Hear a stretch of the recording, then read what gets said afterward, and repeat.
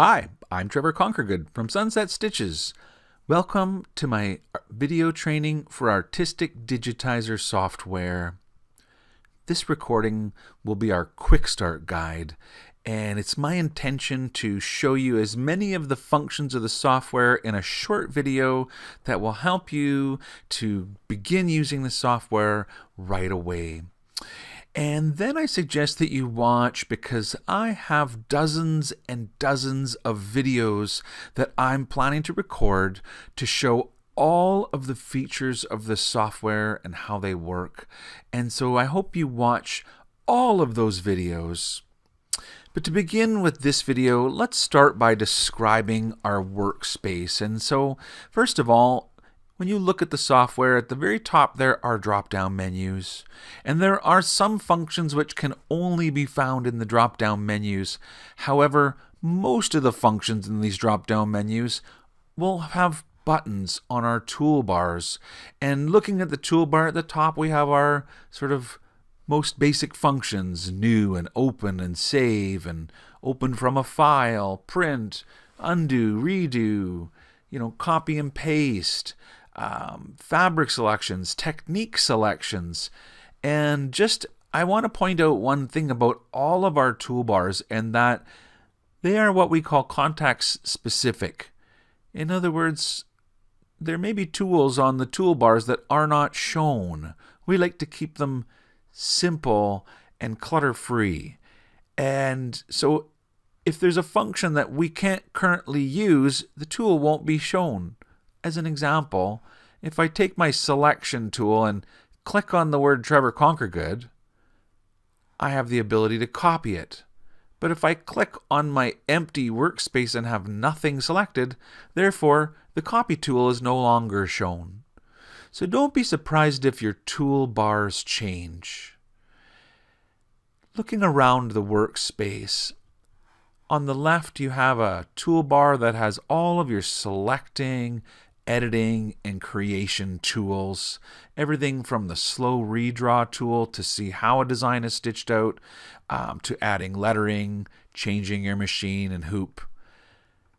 Down at the very bottom right here, this is the colors in our design menu, and it shows me that your design has a red fill and a black outline, and every object in our software has the ability to have a fill property and an outline property. And so as we select designs that have more colors, you will see these lists will grow and change. Over here on the right, there is two different menus. One is called my sequence view. And through your sequence view, we can learn to take control of the sewing sequence of our design. And beside the sequence view are the tabs for colors and properties. Colors, well, this is for adding new colors to our designs. And you can click on this menu to choose from many different color palettes. When I change to the Properties tab, it allows me to see the properties for any object for both its fill and its outline. So if I select this lettering, notice the Fill tab and the Outline tab. And so here I can see that I have a black outline in a run stitch, and I have a red fill, and it is in a step stitch. Now, if I look closely, and I'm just going to zoom in over top of those stitches a little more closely, notice that if I click in my fill properties from step to satin, how it changed the appearance of the stitching inside of those shapes. And so this is how it generally works. We have objects or shapes which can have a fill and an outline property. Now, if you're looking at my fill properties and thinking, gee, there's some there that I don't think I have, then that is probably because you don't have all of your techniques turned on. Now, up at the top here, in the main toolbar, we have the option for fabric and for techniques. Well, let's talk about techniques. You see, this is a selection window, and right now I have all of my techniques turned on, which means all of the different opportunities and ways that I could fill in this shape are shown. But if I knew that Perhaps you're new and you don't wish to have, you knew that you were planning to do embroidery. Then you could turn off the paint technique, turn off the crystal technique, turn off cut, turn off stencil, and only leave the embroidery technique turned on. And in that way, only fill opportunities for embroidery would show, and the ones for paint or for cut would be not necessarily displayed. Now, you can always turn those techniques back on. So green means the technique is turned on. Black means the technique is turned off. Red means this technique is already in use and can therefore not be turned off. Do you understand? And if you turn on all of your techniques, then all of the different fill and outline properties will be displayed. Another thing I should point out is that we can have more than one design open at a time. And notice here I'm on new design number 1, which is a picture of me and some lettering that I set up just for a title card. But if I click here, it says welcome. This is the welcome tab. And this is perhaps one of the first places that you'll arrive when you install and open your software.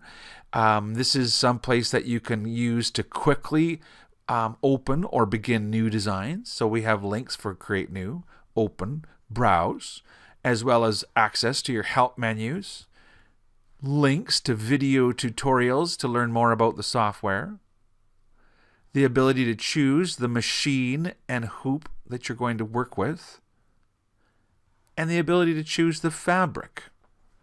And in the center, there are icons representing things that I have recently opened. And notice here that there are different types of files. We have JPEG or PNG or CMX, which are artwork files. We've got JEF files, PES files. Those are embroidery formats. And of course, we have draw files, which what you'll learn is that draw is the format that we use in Artistic Digitizer as our main format. So what I'm telling you is always save your designs as a draw file. I realize we don't stitch draw files, and so with my Janome MB7, I will stitch with the JEF format. And so I'll need to have my design saved to JEF format, and I'll show you how to do that. But that's the concept. But if I want to make any changes to my design, I should return to the draw file, open that back up, make changes, and I can always save my design into JEF format for stitching. So we have open, first of all, if I want to create a new design, it will be based upon the machine that I've selected and the fabric. And if I want to change the selection, I click here. It opens up a window where I can select, first of all, the company. And so these are different brands of machines that can be selected. Then once you've selected Janome, you select the Janome branded machine. So I have an MB7. I also have a 15,000. When I choose 15,000, then the hoops are specific to my 15,000. Fabric. When I click on fabric, it shows me the choices of fabric. And they're based on different categories. So you have smooth, light, ultralight, normal, light, and heavy. And the software uses the choices that we make. So if we tell it what we're intending to sew on, the software will use that information to generate stitches that are suited for that fabric. And so it has intelligence and it knows the difference between smooth fabric or heavy fabric or normal fabric. And then when I choose smooth, then I can choose through different types of smooth fabric choices. And so if I choose, for example, denim, then I can change the color of the denim, both the primary color or the secondary color, and by using a color wheel. So if you wanted to give a kind of bluey pinky denim, you could make it look like that. And when I say OK, that becomes my fabric choice. And so if I say create new, I will get a new design based upon the machine that I selected, the hoop that I selected, and the fabric that I selected. Now, over here on the left-hand toolbar, these are all the tools that you use to create shapes or edit, select, I'll just quickly create a shape. Take an ellipse tool, click and drag. I've created a shape. You can see that that shape is selected, and I can easily move it to any location in my embroidery hoop. I could easily transform its size. A corner handle will transform it in proportion. A side handle will transform it by stretching it or squishing it. If I click again, the handles change to arrows. First click is the sizing arrows. Second click is the rotation arrows. And this is the rotation point that I will rotate around. I can also choose this to slant my shapes. And remember, click again back to the sizing handles for transformation. Click again for your rotation handles. This is all using our selection tool to select my shape. Notice when I have this shape selected that I get a tool options menu, and this menu will not always be appearing. It only appears when it's needed. So for example, if I click away on nothing, nothing is selected, therefore there is no tool options menu. And when I click to select this shape, then the tool options is a way that I could, in this case, mathematically change the size or the height or the position or duplicate it or mirror image it. Okay, so I'll click away. And this is how our software works. We can see that my design has light blue and dark blue in terms of colors. If I select this shape, perhaps I'll draw another shape. Let's make a polygon. Oops, polygon. Click and drag to make the polygon. Use the selection tool to select a shape by clicking on it. Select both shapes by clicking and dragging to select both shapes. And so if I wanted to make both shapes have a different color, I could come to my Colors tab and change them to be red. Now, the bottom right of a color represents its fill color, and the top right of a color represents its outline color. So if I wanted to make these two shapes both have a red outline, I would come to red and click on the upper left side. And notice now the colors in my design are blue fill and red outline. Now, I'll click off, click on my blue polygon, and come over here and click on yellow in the lower right. Now I have a yellow polygon with a red outline. And if I click on the blue ellipse, I have a blue ellipse with a red outline.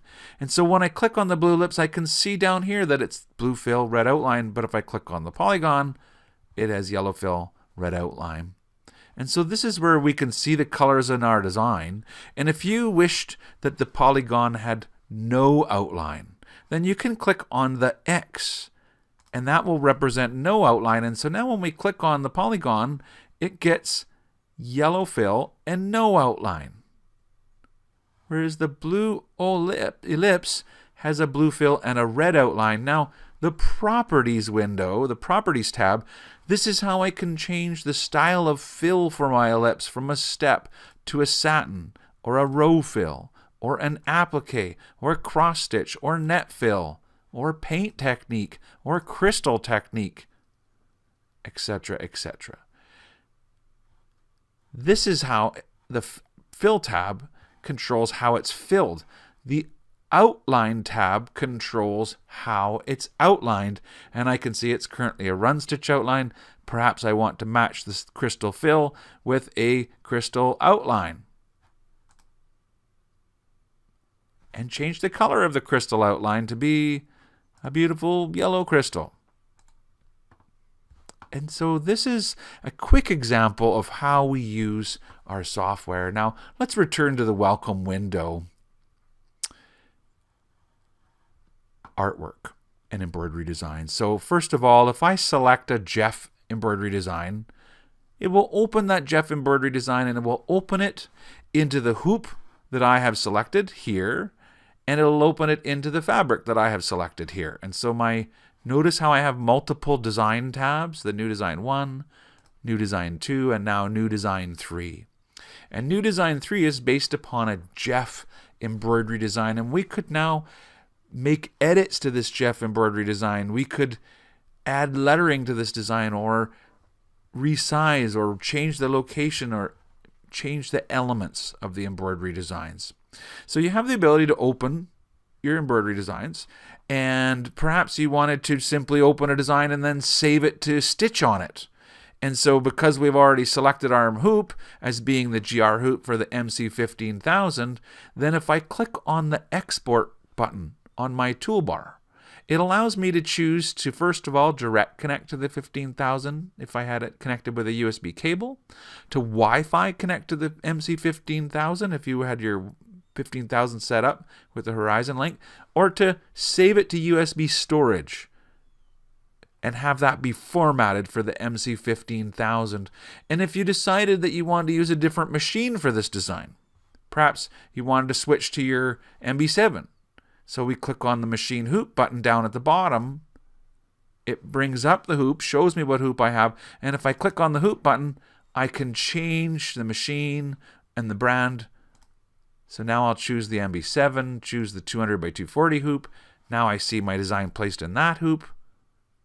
And therefore, if I click on the export button, I just needed to click on, when you're in that hoop mode, you need to leave this hoop mode. You can use this to move the hoop around on your screen or add the hoop or change the hoop. But when you want to be complete doing that, we need to click on some other tool like the selection tool to, I guess, complete that function. And now we can click on export.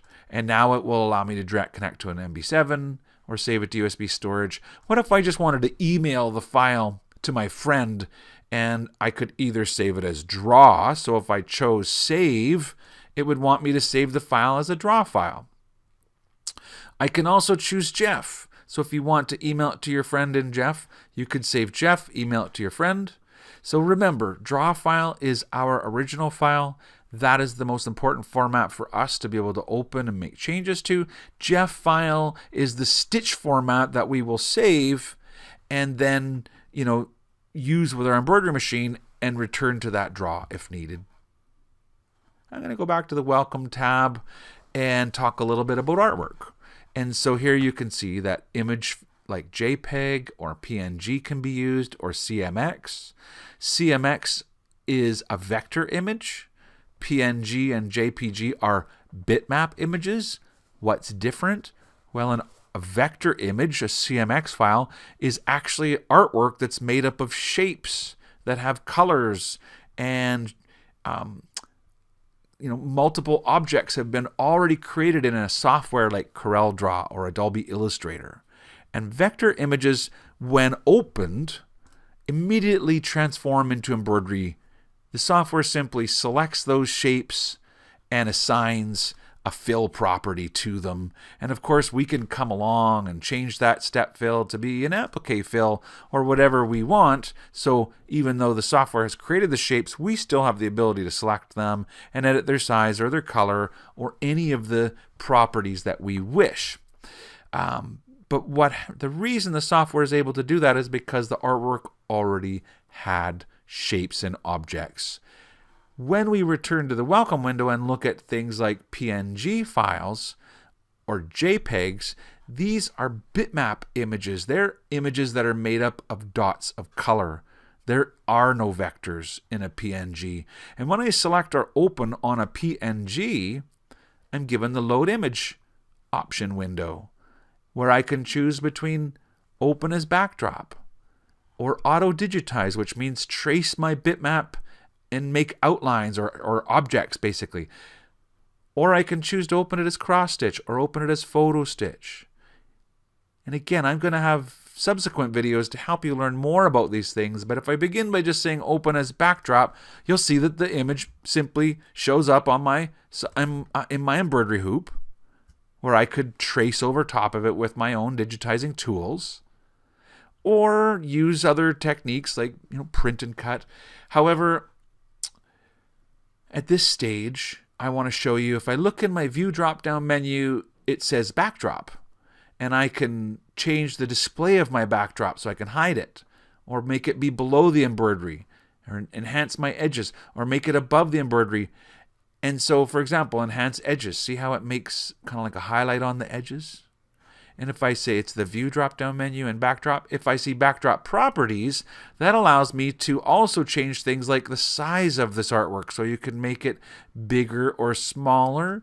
You can change the rotation of the artwork. And if you're done with the artwork, you can actually remove it right from your design. Let's go back to our Welcome tab. If I open it again and this time choose Auto Digitize, I'm given an additional window which allows me to influence or affect the way that the software will convert those dots of color into vectorized shapes. And you could zoom in over top of your artwork to see how it's going, and you can enhance the definitions of the vectors, so you can see how we went from this very pixelated artwork, and then this is what the software is going to do. And so by dragging the slider, I can see how it's where exactly it will do. Now you have some capability to control things like the accuracy or the color, limit the number of colors, etc. But when you say trace, it will take that shape and convert it into objects, which we can then select. I can hit delete on my keyboard to delete the background that I maybe didn't want. I could select the red center and change it to be an applique, or change it to be any kind of cross stitch or any kind of fill that you want. And so this is really how the software works. And the welcome window is perhaps one of the first places that you'll begin, and we can use this to browse the folders of our computer and look for different embroidery designs. And so if you're looking for the designs that that become installed with our software, look on your C drive where it says Users and then the Public. And in the Public Documents folder, there is a folder for Artistic Digitizer samples. And in here you will find many different CMX files, draw files, as well as embroidery formats such as the NGS format, which is the Wings digitizer format, which is software that you may be familiar with if you used the previous version of the Artistic software, Artistic Suite. Anyway, all of these, simply click to open. And so this is how the software works. Perhaps one more thing I think that would be worthwhile including in a quick start video, and that is about lettering. So why don't I zoom out a little bit on this butterfly and see if I click in the left-hand toolbar on text and click on my workspace, and I get a text tool options. Notice how the tool options has changed to have an entry place for me to put my name. The ability to control the font size, so it's set at 40. Why don't I make it half that size, 20? I could change the font style, and notice when I click on it, it's quite a large list, and all of the ones with a TT are the TrueType fonts that get installed in Windows. And of course, we can add to that list by downloading new TrueType fonts from the internet. And all of the ones with the little zigzags, those are fonts that have been prepared for embroidery and get installed with the software. And scrolling through, I would say there are dozens upon dozens of choices, aren't there? And I can also control through this tool options box things like an envelope, the lettering placement, and I will be having a good video, to really help you understand the text options. But one thing I want to point out right now is, see, I'm in text mode. If I click on selection mode, I still have the word Trevor selected, but now I have it in my transformation window. As always, I could use this to resize the letters or stretch the letters. If I click again, I've got, the rotate handles where I could slant my lettering or change its rotation. But if I wanted to change the lettering, which currently says Trevor, I don't have that in the tool options any longer, not when I have it selected. With the selection mode, I can click on things to select them and transform them. Now, when I have Trevor selected, if I click back on the text tool, now I have the ability to interact with the text editing capabilities. So now I have the entry box for Trevor where I could add, Trevor C or my last name, or change the font to be a different font. So to access those capabilities, we need to have the lettering tool turned on. Now, if I click on selection, I have the transformation box. If I click away so that nothing is selected, and I click on lettering, it will begin a new lettering object. And now I could make this say artistic. Okay, so when these letters are coming in, notice that they're coming in with black fill and a black outline. If I wanted it to be a red fill, I could simply click right on here in the color of my design for red in the lower option.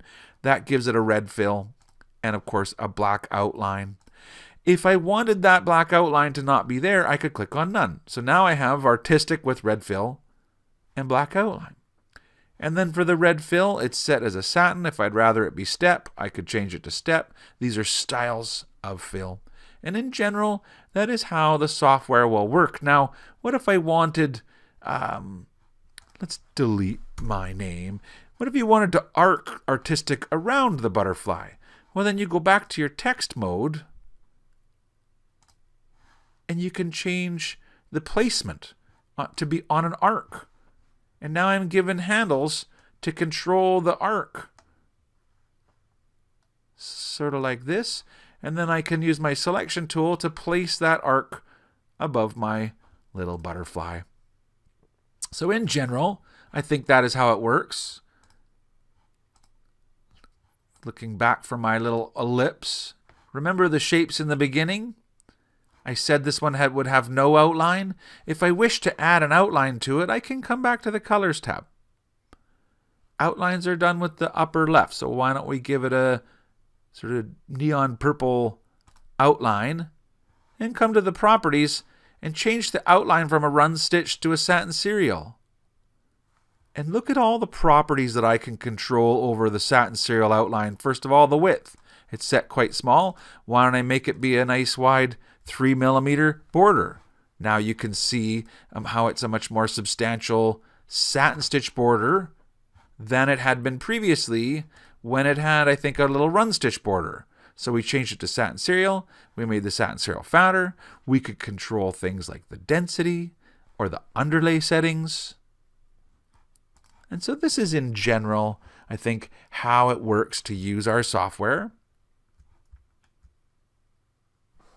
So I hope you enjoyed the quick start guide for Artistic Digitizer software with me, Trevor Conkergood from Sunset Stitches.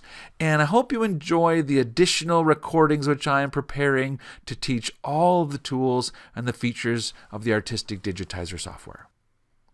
Actually, before I let you go, in review, I thought of one more thing I would like to include in this quick start video. And so we'll just go ahead and click onto one of these embroidery designs. Let's see. Why don't we start a new one? Click on my browser. Scroll up to the top. Sorry if that hurts your eyes. Click on the CMX file for one of these artworks of the dog and have the software quickly create the embroidery. Notice down at the bottom, here are the colors in my embroidery design. The tool I didn't show and I think is very important to understand is the Slow Redraw tool. When you turn on Slow Redraw, it allows you to see exactly how your design will stitch out. You can click on play. You can watch it stitch out here. You have control over things like, first of all, I can zoom in to watch this go very closely. This is set at 600 RPM, which is kind of like actual sewing speed. If you want to make it 2000, which I know the machine doesn't actually sew that fast, but we can watch it sew much more quickly.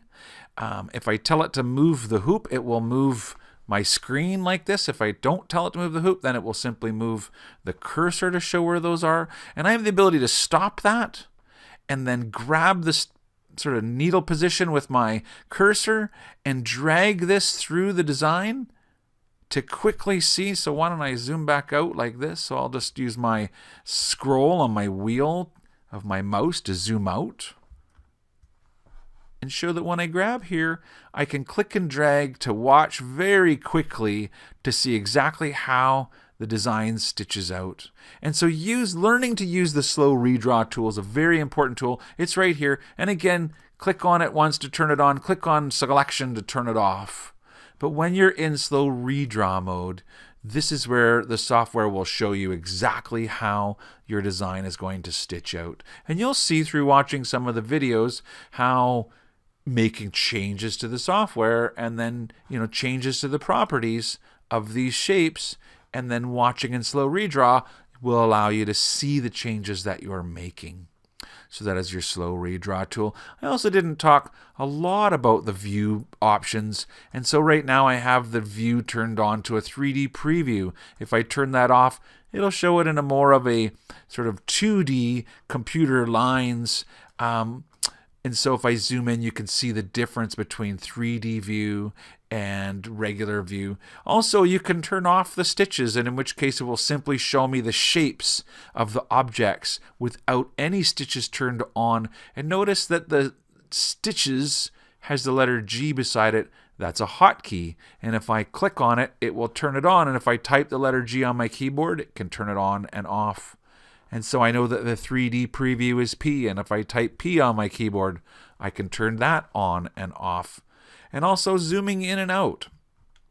I'm able to zoom by using a wheel on my mouse. Of course, we have a zoom tool. If I click on zoom in, it allows me to draw a box to zoom into. If I type Z on my keyboard, I can draw a box to zoom in. And so if I learn to use the zoom tool, I can tell it to zoom all or pan around my design. And so I'm glad I remembered to talk about the slow redraw tool in our quick start guide, but I think that should be a good beginning to using the software, and now you can enjoy the software and continue learning watching the smaller individual videos.